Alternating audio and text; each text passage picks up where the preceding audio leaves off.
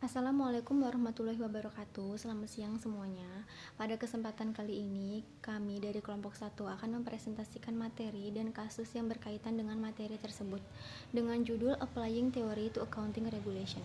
Kelompok 1 memiliki anggota 4 orang yang terdiri dari saya sendiri, Siti Zulaiha, kemudian ada rekan saya, Vindi Safitri, Indah Larasati, dan Selvia Mayasuci. Penyampaian materi yang pertama akan dilakukan oleh saya sendiri. Teori regulasi yang relevan dengan akuntansi dan auditing. Ada 3.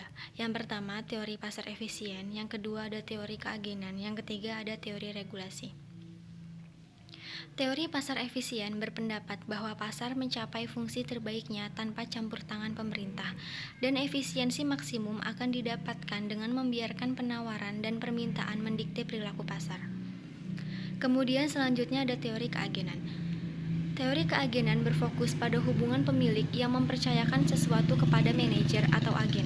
Hubungan agensi muncul ketika satu orang atau lebih prinsipal memperkerjakan orang lain atau agen untuk memberikan suatu jasa dan kemudian mendelegasikan wewenang pengambilan keputusan kepada agen tersebut.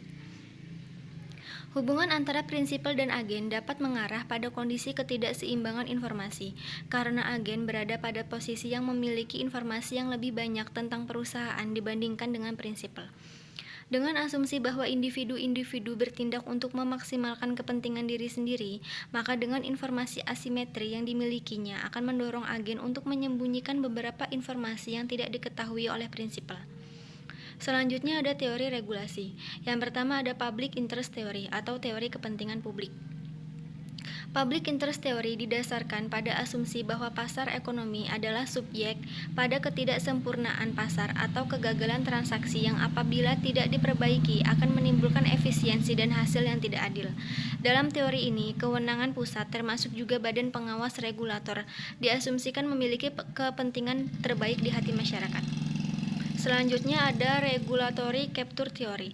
Asumsi yang digunakan dalam teori ini adalah semua anggota masyarakat rasional secara ekonomi dan pemerintah tidak memiliki peran independen dalam proses regulasi. Teori ini menyarankan agar badan akuntansi profesional atau badan hukum menemukan pengendalian yang memungkinkan untuk mengatur standar akuntansi yang digunakan dalam pelaporan. Selanjutnya ada private interest theory atau teori kepentingan pribadi. Teori ini disampaikan oleh George Stigler pada tahun 1971 yang mengatakan bahwa aktivitas seputar peraturan menggambarkan persaudaraan di antara kekuatan politik dan kelompok kepentingan. Kelompok kepentingan sebagai sisi sang permintaan dan legislatif sebagai sisi penawaran. Lalu bagaimana teori regulasi diterapkan pada praktik akuntansi dan auditing? Yang pertama ada application of public interest theory. Di dalam public interest theory, pemerintah mengeluarkan suatu regulasi sebagai respon terhadap kegagalan pasar. Argumen dasarnya adalah mekanisme pasar telah gagal dan pemerintah perlu bertindak untuk mengatasinya. Contoh aplikasi di dunia nyata adalah kasus Enron di mana pemerintah Amerika Serikat memutuskan untuk mengeluarkan SOX pada tahun 2002 agar meminimalisir terulangnya kasus semacam Enron. Kemudian penyampaian materi yang selanjutnya akan disampaikan oleh rekan saya, Selvia Mayasuci. Baiklah, saya Selvia Mayasuci, NPM 1711031116 akan melanjutkan presentasi rekan saya yaitu mengenai application of capture theory. Di sini welcome argumen bahwa profesi akuntansi perlu turut serta dalam pembuatan standar akuntansi, di mana seharusnya standar yang ditetapkan tersebut juga memiliki kekuasaan hukum yang didukung oleh undang-undang.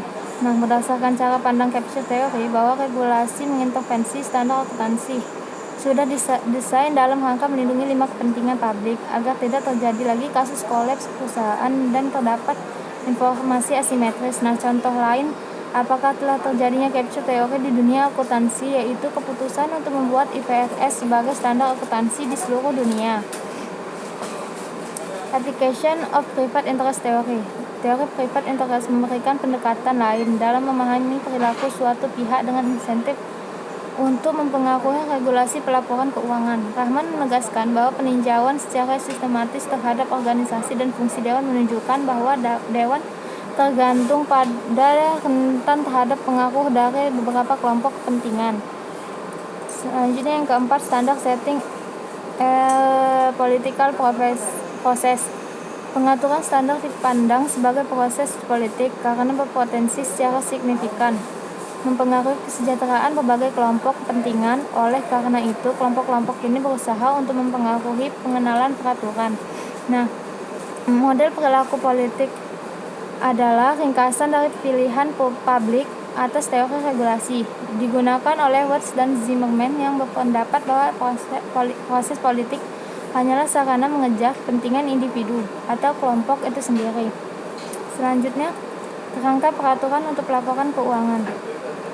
Terdapat beberapa pihak yang berperan aktif dalam pelaporan keuangan, yaitu para pembuat laporan keuangan dan auditor eksternal serta para membuat peraturan. Aktivitas pihak tersebut mempengaruhi oleh lingkungan tempat laporan keuangan dihasilkan seperti hukum, ekonomi, politik, dan sosial. Beberapa unsur yang umum digunakan adalah A. Statutory requirement, persyaratan wajib, berperan sebagai insentif untuk menghasilkan laporan keuangan yang akan diaudit. Direktur dan auditor harus memenuhi persyaratan wajib pelaporan seperti yang terkandung dalam peraturan perusahaan. Nah, persyaratan tambahan untuk laporan keuangan berasal dari standar akuntansi yang spesifik, dan dalam beberapa jurisdiksi standar-standar tersebut mempunyai kekuatan hukum. Nah, yang B, corporate governance, tata kelola perusahaan, mengacu pada struktur proses dan lembaga-lembaga dalam dan sekitar organisasi yang mengalokasikan kekuasaan dan kontrol sumber daya di antara mereka. Nah, di sini terdapat, meskipun begitu, sebuah rangka peraturan dapat berisi pedoman tambahan untuk tata kelola perusahaan dan aturan yang muncul dari sektor swasta yang dengan sukarela memberikan rekomendasi dan aturan pencatatan di bursa saham. Kemudian auditor and oversight, auditor dan pengawasan. Auditor memiliki peran penting dalam menjamin kualitas informasi yang terkandung dalam laporan keuangan perusahaan. Nah, pengalaman serta memiliki izin untuk melakukan audit merupakan persyaratan dasar yang dibutuhkan seseorang auditor. Selain itu, auditor harus memiliki komitmen terhadap kode etik dan harus rela menanggung sanksi apabila melanggar peraturan. Yang terakhir, independent enforcement bodies, badan pelaksanaan independen. Badan pelaksanaan independen berperan meningkatkan kepatuhan terhadap peraturan tentang pelaporan keuangan, sebagaimana yang terdapat dalam hukum dan standar akuntansi. Pendirian Badan Pelaksanaan Independen berkaitan dengan adopsi IFRS tahun 2005 karena dibutuhkan pengaplikasian IFRS secara komprehensif dan konsisten untuk mencapai tujuan dari adopsi IFRS tersebut. Saya Indah Larasati dari kelompok 1 akan melanjutkan presentasi kasus. Kasus yang kami angkat adalah kasus dari PT Asuransi Jiwasraya. Kasus dari PT Asuransi Jiwasraya ini kami mengangkat dua topik, yakni mengenai korupsi dan manipulasi laporan keuangan. Saya di sini akan menjelaskan tentang korupsi. Pada Januari 2020, Kejaksaan Agung resmi menetapkan 5 orang sebagai tersangka atas kasus dugaan korupsi dalam pengelolaan keuangan dan dana investasi oleh PT Asuransi Jiwasraya. Kelima tersangka tersebut adalah, yang pertama, Hendrisman Rahim sebagai mantan Direktur Utama PT Jiwasraya.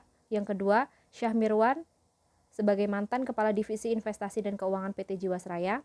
Yang ketiga, Beni Cokro Saputro sebagai Komisaris PT Hansen Internasional.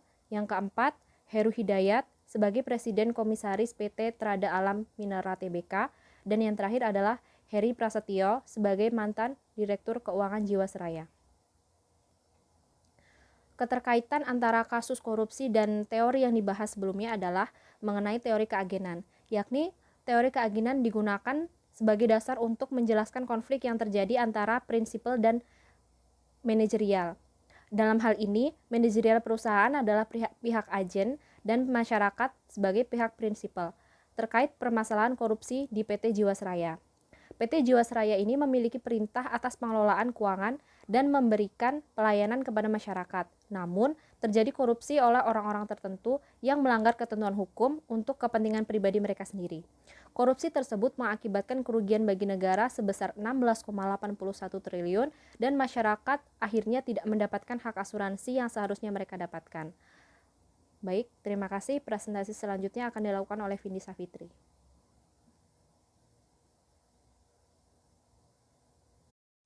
Selanjutnya saya akan melanjutkan presentasi dari Saudari Indah, di mana manipulasi laporan keuangan yang dilakukan oleh PT Jiwasraya.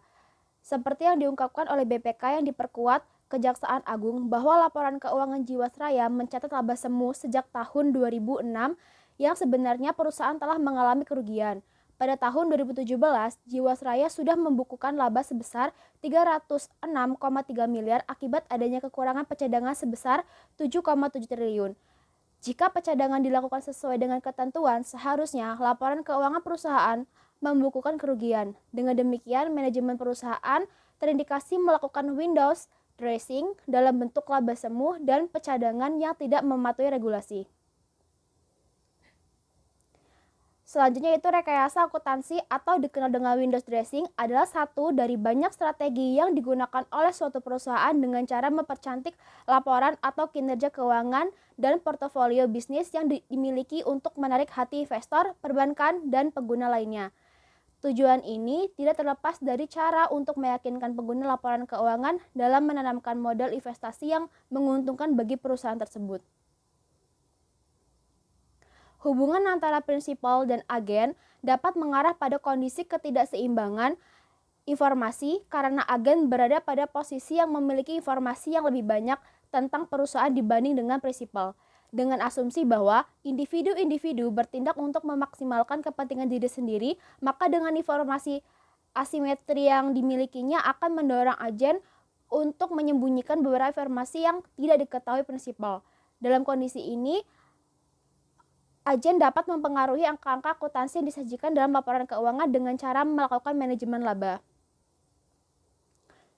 Selanjutnya, laporan keuangan Jiwasraya sudah tentu disusun oleh manajemen perusahaan. Laporan keuangan tersebut di bawah arah dan pengawasan komite audit, kemudian disetujui oleh jajaran direksi dan dewan komisaris.